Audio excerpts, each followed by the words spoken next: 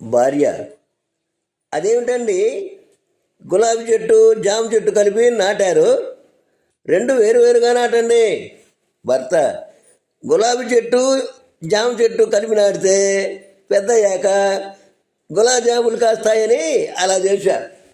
భార్య: ఎంతైనా మీ మగాళ్ళు తిరిగితే అట్లే ఏరండి. మెడలో మంగళసూత్రం కాజేసిన దొంగకి 3 ఏళ్ళు శిక్ష విధించింది కోర్టు.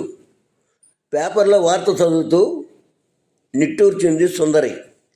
ఆ మాట విని తాలిబొట్టు కాజేసిన వాడికే 3 ఏళ్ళు, ఆ తాలి కట్టిన వాడికి జీవితాంతం శిక్ష.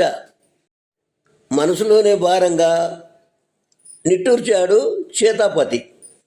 బయటకు వెళ్తే ఇంటిని పట్టించుకోడు అంటారు, ఇంట్లో ఉంటే బద్ధకస్తుడు అంటారు, పిల్లల్ని తిడితే కర్కోటకుడు అంటారు, పిల్లల్ని తిట్టకపోతే బాధ్యత లేదంటారు, భార్యతో ఉద్యోగం చేస్తే పెళ్ళాం సంపాదన మీద బతుకుతున్నాడు అంటారు, ఉద్యోగం చేయించకపోతే ఇన్సీనియారిటీ అంటారు, అమ్మ మాట వింటే అమ్మ ఖుషి అంటారు, భార్య మాట వింటే బానిస బతుకు అంటారు.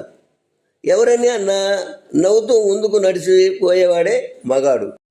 హరి: నేను అనుకోవాలే కానీ చేయలేదంటూ ఏది ఉండదు తెలుసా.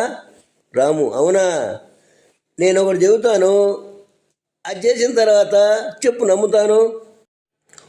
రాము: ఏమైనా తింటున్నప్పుడు తుమ్మొస్తే నోటి నుండి ఏది కింద పడకుండా తినాలి. టీచర్: ఇదిగో పిల్లలు, రేపు సూర్యుని మీద పాఠం ఉంటుంది, అందరూ తప్పకుండా రావాలి. స్టూడెంట్: వామ్మో, ఆ సూర్యుడి వేడికి మాడి మసి అయిపోతామని మా ఇంట్లో వాళ్ళు పంపరు, కాబట్టి నేను రాలేను టీచర్.